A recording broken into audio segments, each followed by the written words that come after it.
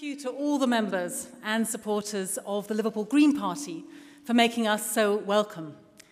It is a great pleasure to be here in Liverpool. And although we have a very full programme over the next few days, I hope you'll all have a chance to slip out and enjoy what's on offer elsewhere.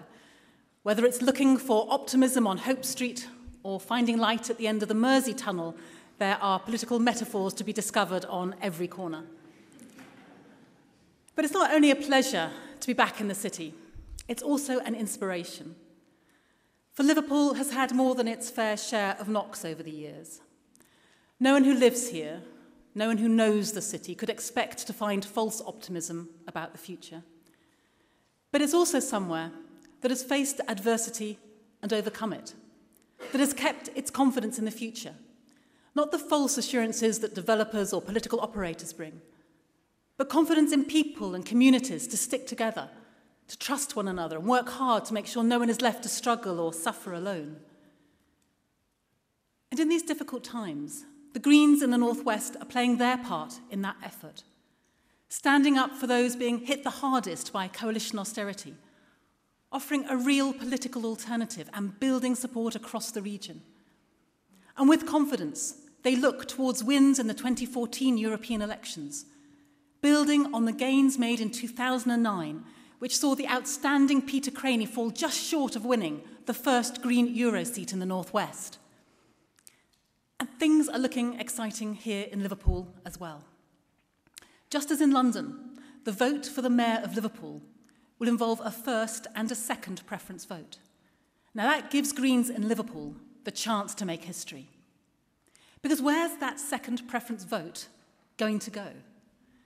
Well, probably not to the Liberal Democrats. In the last year's elections, the council elections, 12 out of 14 Lib Dem councillors lost their seats.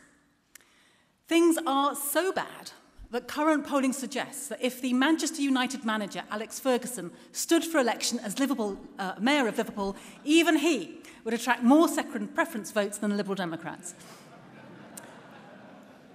There's only one party that is capable of challenging Labour in Liverpool, and that's the Greens. Liverpool Greens won 12% of the citywide vote in 2009 in the last proportional elections, and they'll do even better this year.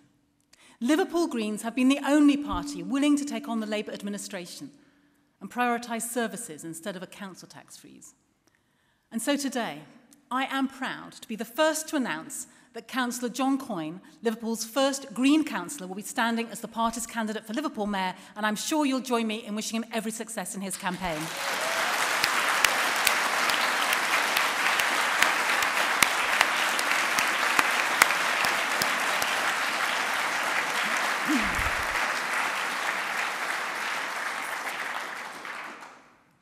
So at the local and at the national level, I think we can safely say that we are a party that is growing in confidence. And that confidence is going to be needed more than ever before in the years to come, and not just here. Across the country, communities are under attack, deliberate attack. And shockingly, that attack is coming from the very people elected to serve our country. Now, we're well into the second year of this coalition government. Long enough for them to have got past the excuse of blundering and bungling. Now, if the coalition does something, they mean it. So when they take welfare support away from people with long-term illnesses or with disabilities, they mean it. This isn't something they have to do. The savings are tiny compared to the fear and uncertainty that their plans have created. It's something they want to do, pure ideology. Benefits are bad, whoever you are and whatever your needs. When they announce a cap on benefits, it isn't a surprise when we point out that this will hit children the hardest. They knew that when they came up with the plan. They knew that by cutting child benefit and reducing housing allowance, they would force more of the UK's children into poverty. They knew, and yet they didn't care. Conference, we know that it is immoral to make the poorest pay for a crisis not of their making. And that's why we, the Green Party, are determined to offer a genuine and fresh alternative to the same old Tories, the same old nasty party.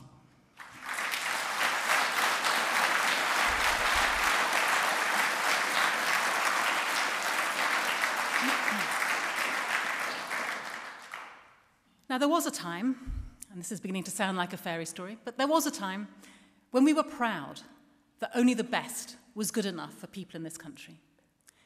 If councils were to build houses, they should be better than the ones that private sector speculators were throwing up. There was a belief that if you were sick, you should get the best care there is. Money and markets shouldn't enter into it.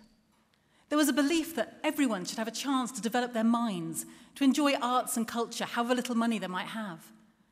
These principles were the driving force behind legislation for parks and allotments, galleries and theatres, the provision of swimming pools and playing fields.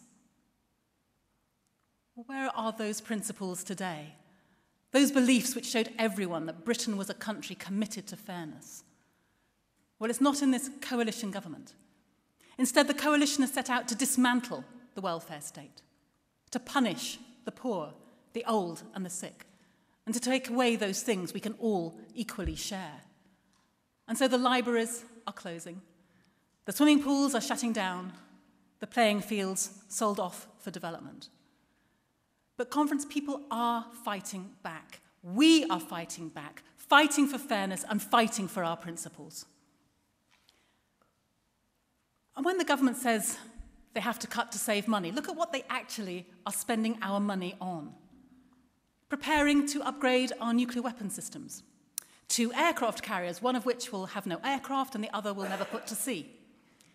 Jollies to the Middle East and countries like Bahrain to sell them weapons that they then use against their own civilians. Bailouts to financial institutions that resurface as bloated bonuses. A new road building programme in case Britain starts running short of traffic jams. More prisons to keep our place at the top of the Western European League table for locking up our own citizens. Make no mistake, there's money for all this and more.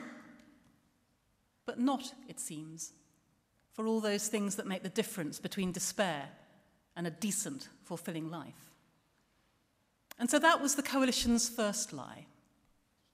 And the second is that private is always better, always more efficient, and always more desirable than public. That by introducing ever more market elements into our public realm, we can expect far better value for money, more private bang for our public buck. Now that is the privatisation mantra now being peddled by all 3 main Westminster parties. And I tell you that their slavish devotion to it doesn't change the fact that it's still a lie.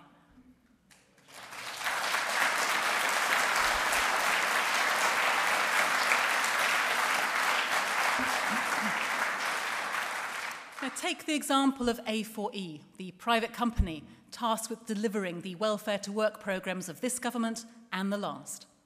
A company which in the UK relies solely on public money and is paid handsomely for its work. Now, for a government so obsessed with making efficiency savings, you might think that they might just be a bit alarmed by the £8.6 million dividend paid to A4E's boss last year, even though targets weren't being met. And if that weren't bad enough, in the last few days, 4 of her executives have been arrested on allegations of fraud. Now, she may have resigned as Cameron's family czar last night, but as with all of those private companies now delivering our health services, managing our prisons, providing our energy, there is a shameful absence of accountability. Just this week, we learned that security company G4S is to build, manage and staff a Lincolnshire police station in a sinister vision of a future in which law enforcement by private interests is the norm.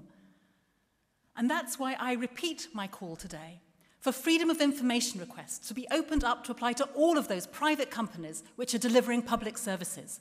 We have a right to know what's going on and to hold those companies to account.